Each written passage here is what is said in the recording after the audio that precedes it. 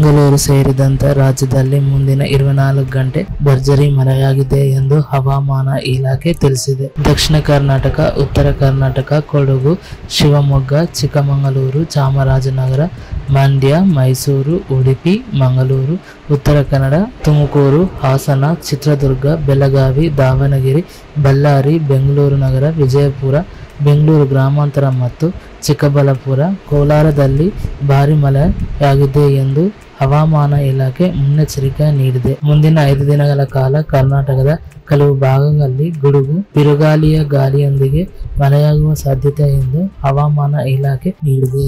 ಇದೇ ಸಂದರ್ಭದಲ್ಲಿ ಬೆಂಗಳೂರು ಸೇರಿದಂತೆ 10 ಜಿಲ್ಲೆಗಳಲ್ಲಿ ಮುಂದಿನ 24 ಗಂಟೆಯಲ್ಲಿ ಭಾರಿ ಮಳೆಯಾಗಲಿದೆ.